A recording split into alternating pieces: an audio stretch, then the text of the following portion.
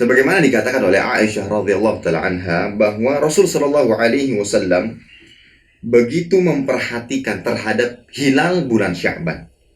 Begitu memperhatikan terhadap hilal bulan Sya'ban. Tidak sebagaimana perhatian beliau terhadap bulan-bulan yang lainnya. Ini menunjukkan bahwa ada keistimewaan di bulan Sya'ban yang betul-betul harus diperhatikan setiap hamba Allah Ta'ala yang beriman. Nah, di antara keistimewaan bulan Sya'ban adalah bulan ini bulan yang mana Allah Ta'ala mengangkat semua amal kebaikan dan semua amal soleh. Hal ini sebagaimana yang dijelaskan dalam hadis dari sahabat Usamah bin Zaid. Dia berkata, aku bertanya kepada Nabi Shallallahu Alaihi Wasallam, ya Rasulullah, aku tidak melihat engkau sering berpuasa dalam satu bulan kecuali di bulan Sya'ban. Maka Rasul Shallallahu Alaihi Wasallam menjawab pertanyaan tersebut, dzalika syahrun yaghfalun nas anhu baina Rajab wa Ramadan. Wa huwa syahrun turfa'u fihi al-a'mal ila rabbil alamin fa uhibbu an yurfa'a amali wa ana sha'im. Ini adalah bulan yang banyak dilalaikan oleh manusia. Bulan yang banyak dilalaikan oleh manusia. Ya. Yaitu bulan yang terletak di antara Rajab dan Ramadan. Padahal Sya'ban adalah bulan diangkatnya amal kepada Tuhan yang mengatur semesta alam. Dan kata Nabi Shallallahu Alaihi Wasallam, aku ingin saat amalku diangkat, aku dalam keadaan berpuasa. Ya, kata Nabi Shallallahu Alaihi Wasallam, aku ingin saat amalku diangkat dalam keadaan berpuasa. Sehingga ini yang menunjukkan ikhwatal iman keistimewaan dari bulan Sya'ban. Bulan ini adalah bulan diangkatnya amal. Jangan sampai yang diangkat justru tidak ada amalan kebaikan. Malah yang diangkat adalah dosa-dosa dan kemaksiatan. Maka seharusnya di bulan ini kita lebih memperbanyak amal kebaikan, amal-amal soleh. Ya, memperbanyak amal-amal kebaikan dan amal soleh. Baik, ada penjelasan di kalangan para ulama tentang proses pengangkatan dan pelaporan amal kepada Allah Ta'ala, yang mana hal tersebut terjadi 3 kali, seperti 1 harian, 2 pekanan, 3 tahunan. Jadi ini proses pelaporan dan proses pengangkatan amal seorang hamba, ya, yang terjadi 2 kali dalam sehari, ya, atau dalam proses amal harian itu terjadi 2 kali dalam sehari, yaitu pagi sholat subuh dan sore saat sholat asar.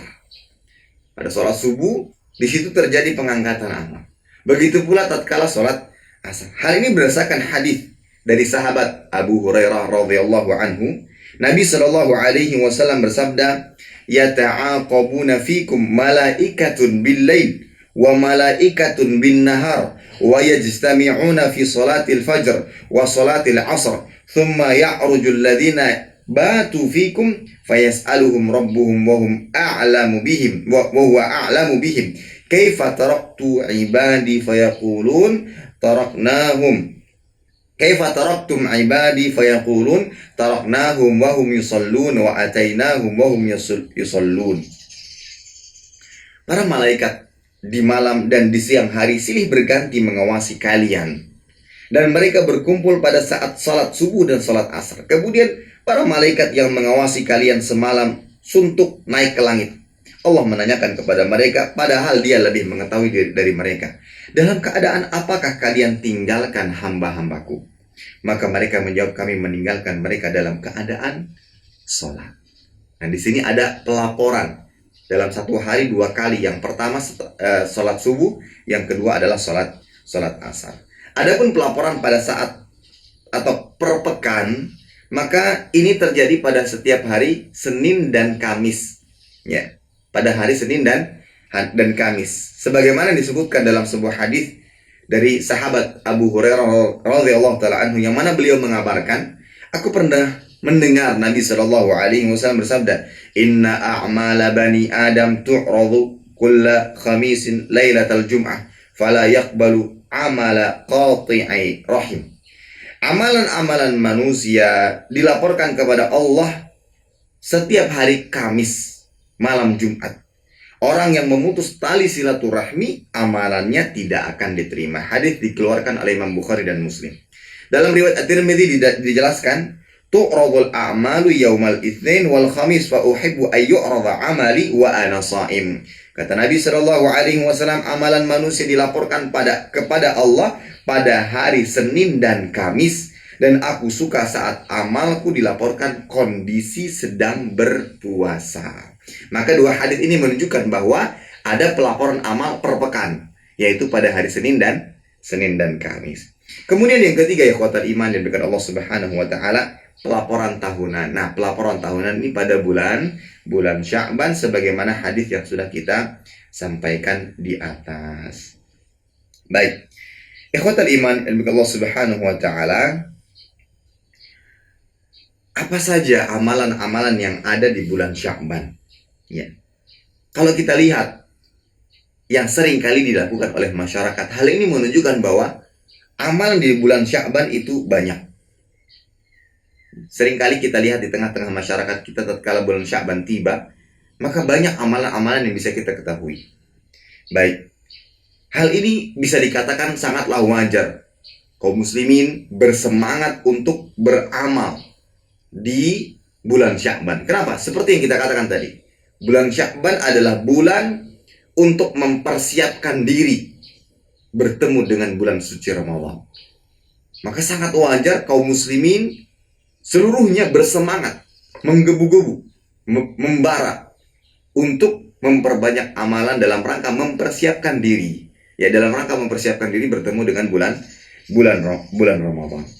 Akan tapi ikhwatal iman, satu hal yang harus kita ingat, satu hal yang harus kita catat, bahwa semangat ini jangan disia-siakan dalam arti percuma, terbuang percuma tatkala kita mengerjakan amalan yang tidak sesuai dengan tuntunan agama. Maka semangat yang dimiliki membara-bara itu akan percuma, terbuang sia-sia, dan tidak bernilai apa-apa di sisi Allah Ta'ala tatkala amalan yang kita lakukan itu tidak sesuai dengan tuntunan agama. Maka dari itu kita harus bimbing semangat kita ini dengan petunjuk dari Allah Subhanahu wa taala, Al-Qur'an dan Sunnah, agar tidak sia-sia, agar kita semakin terarah, atau mungkin amalan kita berharap diterima oleh Allah Subhanahu wa taala dengan amalan yang sesuai dengan tuntunan agama. Ibarat api, ya ikhwatal iman. Tatkala api ini menyala, tidak digunakan dengan ilmu,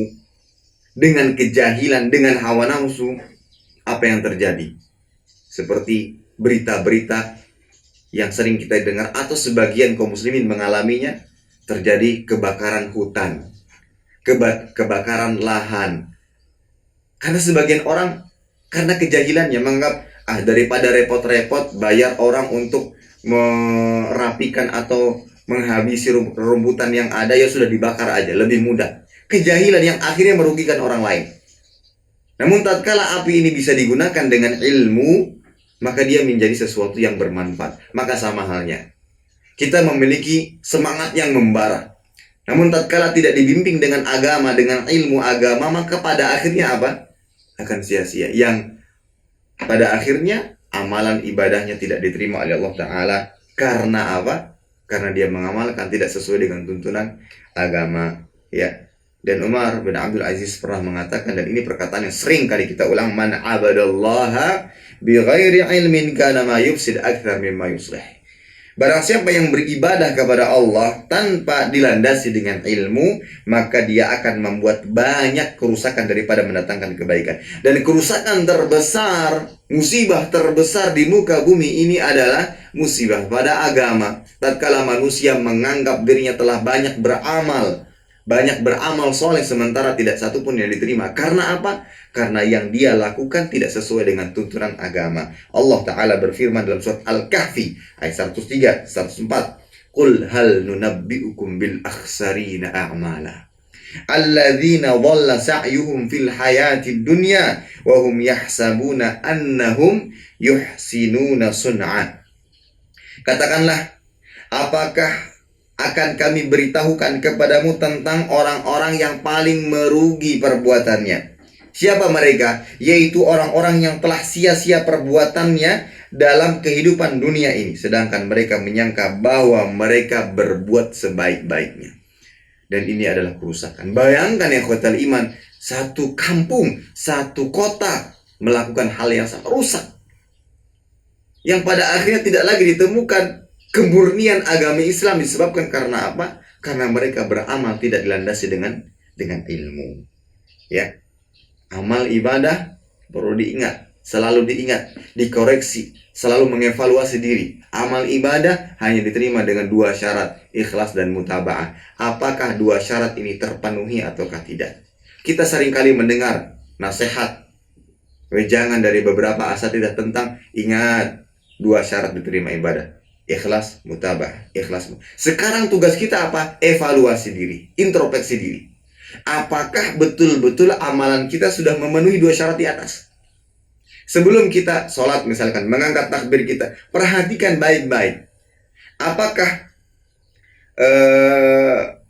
sholat saya ini sudah sesuai dengan tuntunan Nabi? Ataukah sholat saya ini ikhlas karena Allah Ta'ala atau karena hal lainnya? Maka itu yang harus kita senantiasa perhatikan baik-baik ya ikhwatal iman, kaum muslimin dan muslimat Allah Subhanahu wa ta'ala. Allah Ta'ala berfirman dalam surat Al-Kahfi ayat 110, "Faman kana yarju liqa'a rabbih falyamal 'amalan salihan wa la yusyrik bi'ibadati rabbih ahada." Barang siapa mengharap perjumpaan dengan Tuhannya, maka hendaklah dia mengerjakan amal yang saleh dan janganlah dia mempersekutukan seorang pun dalam beribadah kepada Tuhannya, yaitu Allah Subhanahu wa ta'ala.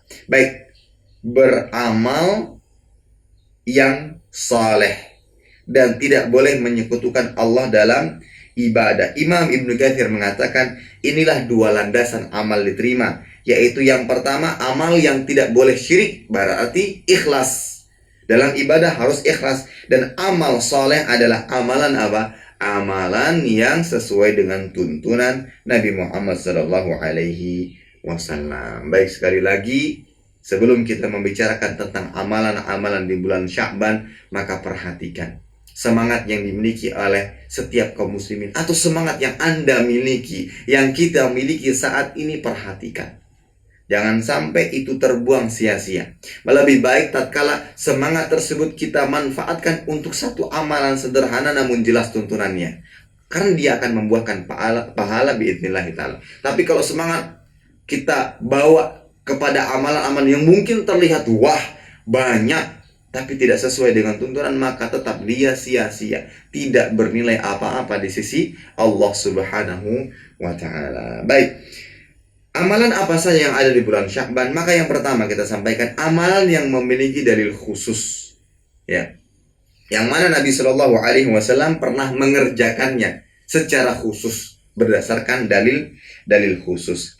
Maka ikhwatal iman Allah Subhanahu wa ta'ala, amalannya adalah memperbanyak puasa. Ya, memperbanyak puasa. Dan ada dalil yang menunjukkan dianjurkannya memperbanyak puasa di bulan Sya'ban. Di antaranya hadis dari Aisyah radhiyallahu taala anha, beliau mengatakan, terkadang Nabi Shallallahu Alaihi Wasallam berpuasa beberapa hari. Ya, itu Rasul Shallallahu Alaihi Wasallam yasum hatta naqul, sampai kami mengatakan beliau berpuasa dan tidak pernah berbuka. Kemudian kami juga pernah melihat Rasul Shallallahu Alaihi Wasallam mengatakan beliau tidak pernah berpuasa, ya, la yasum. Nabi Shallallahu Alaihi Wasallam dikatakan tidak berpuasa kecuali sedikit. Kemudian disebutkan wa ma ra'aitu aktsara siyaman minhu fi Sya'ban, dan aku, kata Aisyah radhiyallahu taala anha, tidaklah melihat Nabi sallallahu alaihi wasallam berpuasa yang lebih banyak, yang lebih sering kecuali di bulan Sya'ban. Dalam arti ya fatal iman, Nabi dalam bulan Sya'ban itu memperbanyak puasa. Ya, yang kita garis bawahi, wa ma ra'aituhu aktsar siyaman minhu fi Sya'ban, dan aku tidak melihat Nabi sallallahu alaihi wasallam banyak berpuasa, lebih sering berpuasa selain di bulan Sya'ban. Hadis dikeluarkan Imam Bukhari dan Muslim. Kemudian dalam riwayat yang lain dari Aisyah juga, beliau mengatakan lam yakun Nabi sallallahu alaihi wasallam yasum syahran akthar min Sya'ban fa innahu kana yasum Sya'ban kullah. Belum pernah Nabi sallallahu alaihi wasallam berpuasa di satu bulan yang lebih banyak daripada bulan Sya'ban. Terkadang hampir beliau berpuasa Sya'ban sepenuhnya. Ya, hampir saja. Sepenuhnya beliau berpuasa. Kemudian pula dari Ummu Salamah radhiyallahu taala anha mengatakan anin Nabi sallallahu alaihi wasallam annahu lam yakun yasumu minas sunnah syahran taman illa Sya'ban wa yasilu bihi Ramadan. Bahwa Nabi sallallahu alaihi wasallam belum pernah puasa satu bulan penuh selain Sya'ban, kemudian beliau sambung dengan bulan Ramadan. Dan hadis-hadis yang lain yang menunjukkan bahwasanya terdapat anjuran untuk memperbanyak puasa di bulan Sya'ban. Terkait melanjutkan atau menghubungkan antara puasa bulan Sya'ban dengan bulan Ramadan bagi mereka yang memiliki kebiasaan puasa di bulan Sya'ban, dalam arti dia bahkan puasa hampir sebulan pun, maka tidak masalah dia lanjutkan. Akan tapi barang siapa yang puasanya tidak terbiasa, maka janganlah dia melanjutkan puasa dari Sya'ban ke Ramadan, karena agar membedakan, agar terdapat jeda ya antara bulan Sya'ban dengan Ramadan. Agar tadi mereka yang memiliki kebiasaan berpuasa di bulan Sya'ban bahkan satu bulan, maka tidak masalah sebagaimana dilakukan oleh Nabi Shallallahu Alaihi Wasallam. Baik, dalam hadis yang sudah kita sampaikan di atas, bahwa kenapa Nabi Shallallahu Alaihi Wasallam banyak menganjurkan berpuasa di bulan Sya'ban, maka jawabannya ikhwatal iman sudah kita sampaikan hadisnya, sebagaimana ditunjukkan dalam sebuah hadis, dzalika syahrun yaghfalun nas anhu baina Rajab wa Ramadan. Ini adalah bulan yang kebanyakan manusia lalai. Ini adalah bulan yang kebanyakan manusia lalai untuk beramal soleh, maka justru Nabi sallallahu alaihi wasallam melawannya dengan menganjurkan memperbanyak amal soleh seperti berpuasa.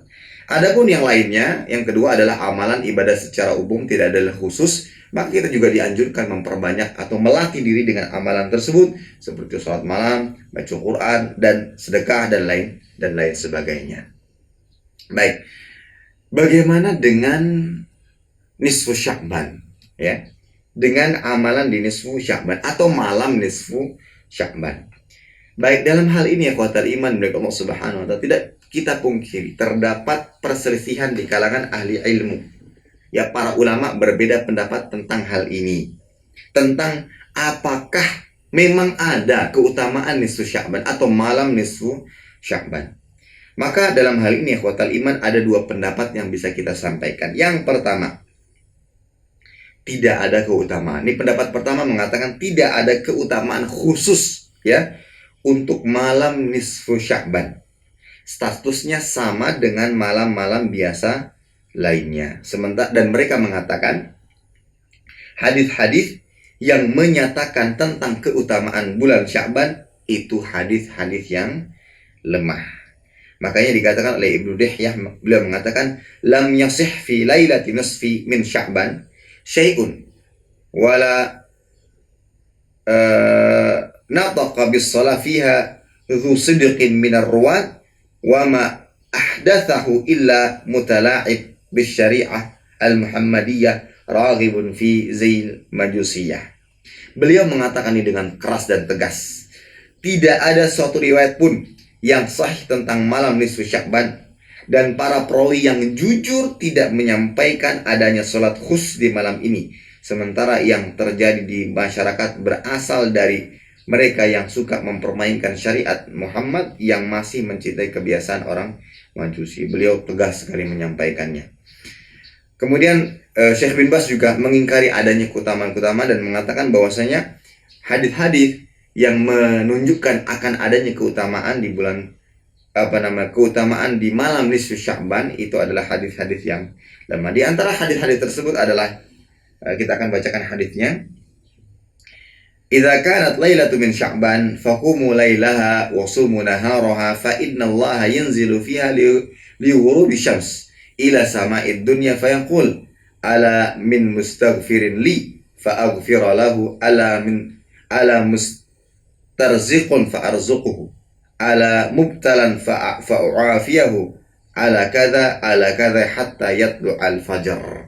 Jika datang malam pertengahan bulan Sya'ban, maka lakukanlah qiyamul lail dan berpuasalah di siang harinya, karena Allah turun ke langit dunia saat itu pada waktu matahari tenggelam. Lalu Allah berfirman, adakah orang yang meminta ampun kepadaku, maka aku akan mengampuninya. Adakah orang yang meminta rizki kepadaku, maka aku akan memberikan rizki kepadanya. Adakah orang yang diuji, maka aku akan selamatkannya, dan seterusnya sampai terbit fajar. Nah, ternyata diteliti oleh para pakar ahli hadis, hadis ini adalah hadis maudhu dan hadis palsu, karena ada salah seorang perawi yang bernama Ibnu Abi Sabrah, statusnya adalah muttaham bil kadzib, tertuduh dengan kedustaan.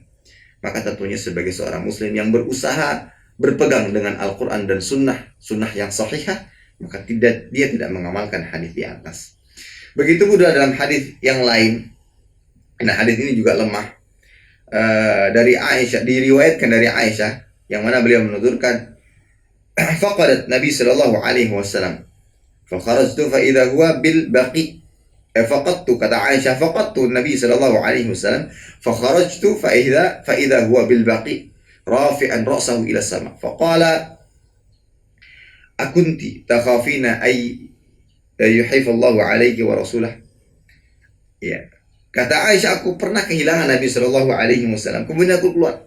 Ternyata beliau berada di Baqi sambil mengadahkan wajahnya ke langit. Nabi bertanya, kamu khawatir Allah dan Rasulnya akan menipumu? Maksudnya adalah, engkau khawatir Nabi Shallallahu Alaihi Wasallam tidak memberikan jatah kepadamu, jatah Aisyah. Maka Aisyah radhiyallahu ta'ala mengatakan, ya Rasulullah, dhanantu annaka ataita ba'da nisa'ika. Faqala inna Allah tabaraka wa ta'ala yanzilu lailatan nisf min Sya'ban ila sama'id dunya fayaghfiru li akthar min adadi sya'r ghanam kalb. Kata Aisyah, wahai Rasulullah, saya hanya menyangka Anda mendatangi istri yang lainnya. Maka Rasulullah kemudian bersabda, sesungguhnya Allah turun ke langit dunia pada malam nisfu Sya'ban, kemudian dia mengampuni lebih dari jumlah bulu domba Bani Kalb. Dan ternyata hadis ini juga tidak kuat, ada kelemahan di dalamnya, sebagaimana yang dituturkan oleh Ibnul Jauzi, yang mana beliau mengutip perkataan Ad-Daraqutni tentang hadis ini. Ya. Jadi dari dua hadis di atas terdapat kelemahan. Bahkan yang pertama palsu, sehingga tidak bisa kita amalkan sebagai landasan pengamalan sebuah ibadah. Adapun pendapat yang kedua, ikhwatal iman dimuliakan Allah Subhanahu wa taala, pendapat ini mengatakan ada keutamaan khusus, ada keutamaan di malam nisfu Sya'ban. Ya. Dan pendapat ini berdasarkan hadis dari Abu Musa al-Asy'ari radhiyallahu taala anhu, yang mana Nabi sallallahu alaihi wasallam bersabda, innallaha la yatla'u lailatan nisf min Sya'ban fayaghfir li jami'i khalqihi illa li musyrikin aw musyahin. Sesungguhnya Allah melihat pada malam pertengahan Sya'ban, maka dia mengampuni semua makhluknya kecuali orang musyrik dan orang yang bermusuhan. Hadis dikeluarkan Ibnu Majah dan Imam At-Tabrani. Para ulama memang pakar hadis berselisih pendapat tentang hadis ini. Ada yang mengatakan lemah dan ada yang mengatakan sahih. Di antaranya adalah Syekh Albani rahimahullah taala. Nah, baik, ini Syekh Albani mengatakan hadis ini sahih. Lantas bagaimana Ustaz? Kita sebagai orang awam, kalaupun hadis ini sahih, lantas bagaimana sikap kita? Apakah kita mengamalkan amalan-amalan sebagaimana yang dilakukan oleh kebanyakan orang yang mana ingin menghidupkan malam nisfu Sya'ban? Apakah dalil ini sebagai landasan atau penguat amalan yang dilakukan? Maka jawabannya ikhwatal iman, walaupun hadis ini dijadikan landasan, dalam arti hadis ini sahih, kita katakan hadis ini sahih, dan kita mengambil pendapat Syekh Albani rahimahullah yang mengatakan bahwasanya hadis ini adalah hadis yang sahih, maka hadis ini sama sekali tidak menyebutkan akan amalan khusus. Ya, ini yang pertama. Hadis ini tidak menunjukkan akan adanya amalan khusus. Hadis ini hanya menyebutkan tentang apa? Keutamaan. Ya, keutamaan. Sementara hadis tentang amalan-amalan khusus itu didasari dengan hadis yang lemah. Sementara malam nisfu Sya'ban, hanya menyebutkan akan keutamaannya bahwa Allah Ta'ala akan turun, ya, kemudian akan memberikan ampunan bagi hamba-hambanya, maka pada saat itu kita dianjurkan untuk memperbanyak amal soleh. Amal solehnya apa? Tidak disebutkan. Dalam arti bisa baca Quran, bisa sholat malam, atau dengan amalan-amalan yang lainnya, memperbanyak zikir, dan tidak disebutkan secara khusus. Nah, penyebutan secara khusus inilah yang yang menjadikan seseorang bisa tergelincir kepada perbuatan-perbuatan yang tidak sesuai dengan tuntunan syariat agama. Maka kembali lagi kita sampaikan, memang ada khilaf di kalangan ahli ilmu, tentang keutamaan bulan Sya'ban. Tapi ingat, titik perbedaan pendapatnya adalah tentang apakah ada keutamaan khusus di bulan atau di malam nisfu Sya'ban. Ada yang mengatakan tidak ada sama sekali, malam nisfu Sya'ban sama dengan malam yang lainnya. Dan ada yang mengatakan memiliki keutamaan. Dan ada yang mengatakan bulan atau malam nisfu Sya'ban memiliki keutamaan berdasarkan hadis yang diriwayatkan oleh Imam Ibnu Majah, yang mana hadis tersebut disahihkan oleh Syekh Albani rahimahullahu taala. Baik, lantas apakah hadis ini bisa dijadikan landasan? Oh, kalau gitu boleh dong beramal dengan segala macam amalan, yang sampai-sampai ada sebagian yang melakukan amalan yang tidak sesuai dengan tuntunan. Apakah demikian? Maka jawabannya, kita katakan bahwasanya hadis ini sahih sebagaimana disahihkan oleh Syekh Albani rahimahullah taala, akan tapi hadis ini hanya menunjukkan keutamaan, tidak menunjukkan sebuah amalan khusus, ya. Hanya menunjukkan keutamaan dan tidak menunjukkan amalan khusus. Sementara amalan khusus yang disebutkan dalam hadis, dan itu adalah hadis-hadis yang lemah, yang tidak bisa dijadikan landasan. Otomatis oleh karena itu apa yang kita lakukan? Tatkala kita menemui atau malam nisfu Sya'ban, kita perbanyak amal, ya. Kita perbanyak amal soleh, akan tetapi tidak mengkhususkannya dengan satu amalan yang tidak sesuai dengan tuntunan. Kita amalan yang betul-betul ada syariatnya, membaca Al-Quran, ya, menghafalkannya, mentadabburinya, dan memperbanyak berzikir kepada Allah Ta'ala, salat malam, dan amalan-amalan yang lainnya yang betul-betul jelas tuntunannya dalam syariat agama. Adapun dengan amalan yang lain, maka ini harus diperhatikan, jangan sampai kita terjerumus kepada perbuatan yang sia-sia yang ternyata tidak membuahkan apa-apa. Seringkali kita sampaikan, jangan sampai menjadi ahli ibadah yang terlihat di dunia, namun menjadi ahli neraka di akhirat kelak. Jangan sampai terima. Sia-sia. Sebagaimana kita yakini bahwa ada amal diterima, saya yakin, seyakin-yakinnya, seluruh kaum muslimin juga meyakini ada amalan yang tidak diterima. Maka dari itu, di antara doa yang sering kita panjatkan adalah, ya Allah, terimalah amal ibadah kami. Ya. Seharusnya dengan pengetahuan ini, kita yakin ada amal diterima, ada amal tidak diterima. Ini yang menjadikan kita kita hati-hati, waspada. Jangan sampai amal kita ini tidak diterima. Kemudian itu mendorong kita untuk belajar, bagaimana sih agar amal kita diterima? Apa sih syarat-syarat yang harus terpenuhi? Oh, yang pertama ikhlas, yang kedua adalah mutabah. Itu kenapa kita terdorong untuk melakukan hal tersebut? Karena kekhawatiran. Sebagaimana ada amal diterima, juga ada amal yang tidak diterima oleh Allah Subhanahu wa ta'ala. Maka kita khawatir kalau seandainya amal kita nantinya tidak diterima. Kita seakan-akan telah beramal dengan segala macam amalan di dunia. Sepanjang umur kita perbanyak amal ibadah kepada Allah Ta'ala. Itu yang kita rasa. Akan tetapi ya khawatir iman, ternyata di hari kiamat kelak, na'udzubillah wa na'udzubillah, tidak satupun yang kita terima dari pahala oleh Allah Subhanahu wa ta'ala. Kenapa? Karena semuanya ternyata adalah amalan yang tidak disesuaikan dengan tuntunan syariat agama.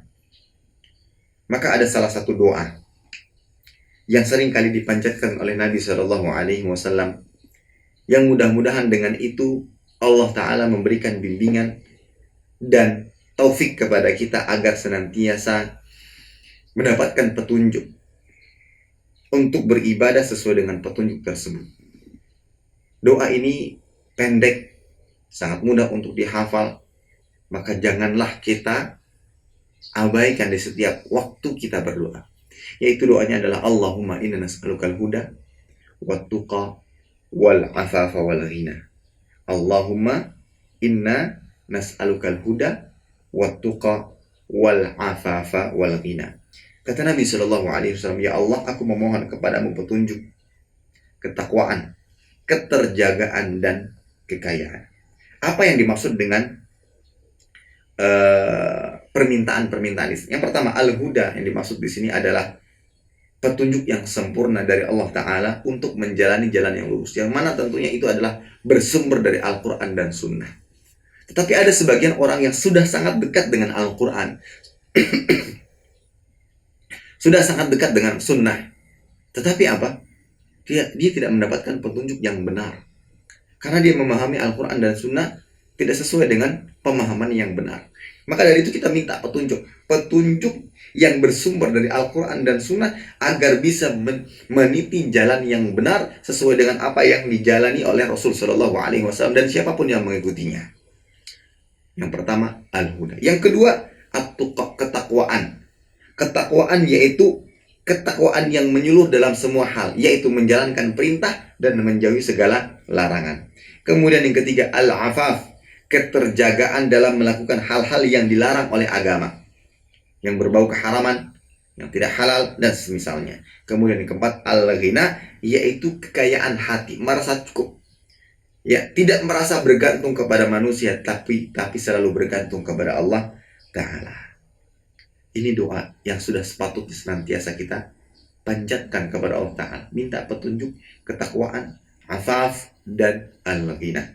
Dan para ulama ikhwatal iman memberikan penjelasan kenapa Nabi Shallallahu Alaihi Wasallam meminta petunjuk terlebih dahulu sebelum ketakwaan. Kenapa nggak minta takwa dulu? Kenapa harus minta petunjuk terlebih dahulu? Maka rahasia di balik itu semua, huda atau petunjuk yang sempurna ini adalah landasan yang mana ketakwaan dibangun di atasnya. Dalam arti seseorang bisa dikatakan bertakwa dengan sebenar-benarnya takwa tatkala ketakwaan tersebut dibangun di atas petunjuk Allah Ta'ala. Kenapa ikhwatal iman? Karena kebanyakan orang setelah dia mempelajari apa sih takwa, oh takwa menjalankan ketaatan, menjauhi kemaksiatan, yang pada akhirnya dia banyak beramal. Ini adalah amalan ketaatan, Ustaz. Banyak beramal.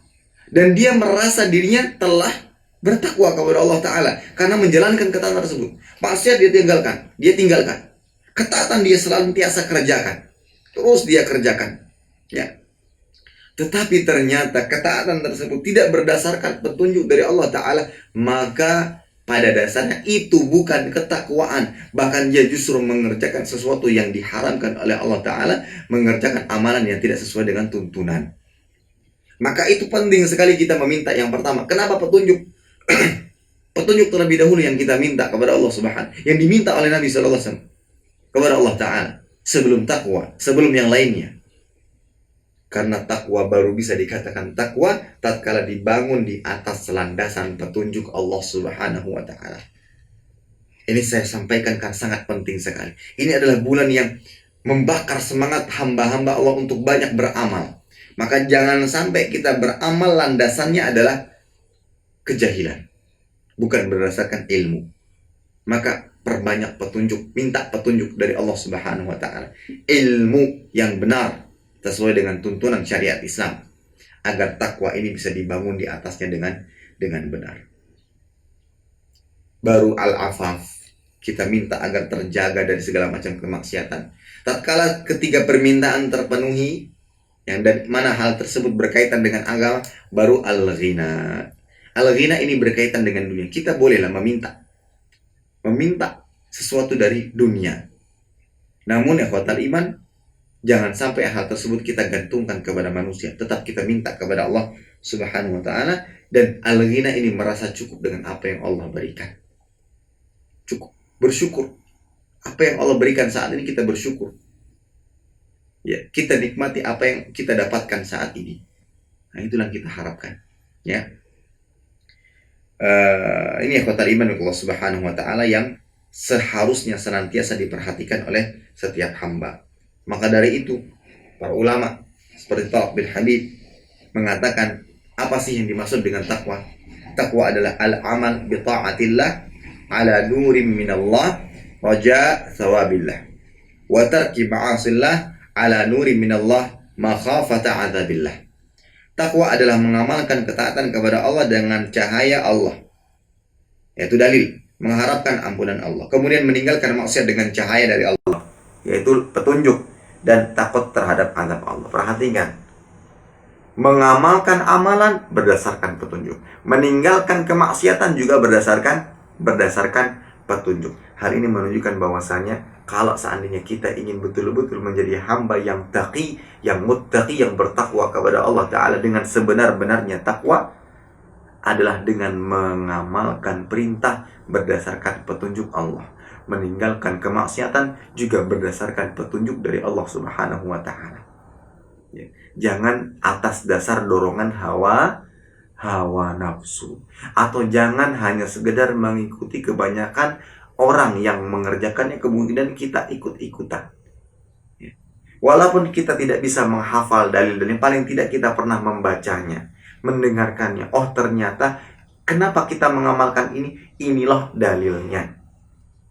Inilah dalil. Bukan hanya sekedar apa yang dilakukan oleh kebanyakan orang, kita tidak. Mari kita coba membenahi diri. Ya. Bulan ini adalah bulan yang istimewa. Dengan banyaknya kita dianjurkan untuk beramal soleh.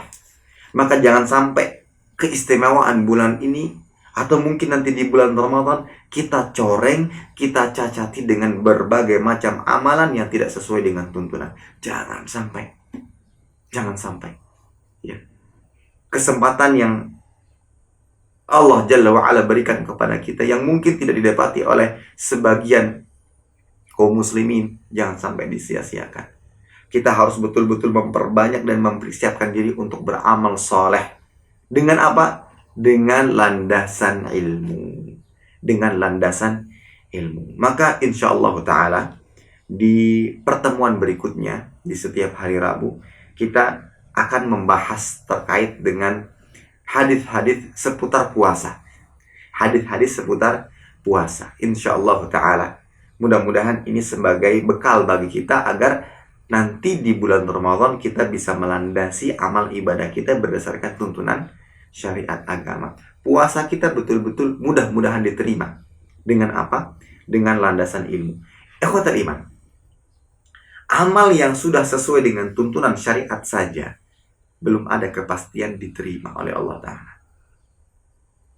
Amalan yang sudah sesuai tuntunan syariat agama saja belum tentu, belum ada kepastian bagi kita itu diterima ataukah tidak. Kenapa? Karena berkaitan dengan syarat yang lainnya. Keikhlasan. Ya, keikhlasan. Yang mana kita tidak tahu apakah betul-betul hati ini ikhlas ataukah ada keinginan dunia. Makanya sekelas Sufyan Ats-Tsauri juga mengatakan, ma'allastu syai'an asyadda alayya min niyati. Tidak ada sesuatu yang lebih berat untuk aku obati, untuk aku benahi, melainkan niat. Karena memang perkara hati itu memang berat. Hati itu berbolak-balik sangat mudah. Dari rumah berangkat dalam rangka ikhlas karena Allah Ta'ala. Tapi ternyata sudah sampai ke masjid, berubah niatnya karena hal lainnya, karena pujian manusia, karena ingin dipandang dan seterusnya. Ini amalan yang sudah sesuai tuntunan saja belum ada kepastian. Bagaimana kalau orang mengerjakan amalan yang sama sekali tidak ada landasan dalilnya?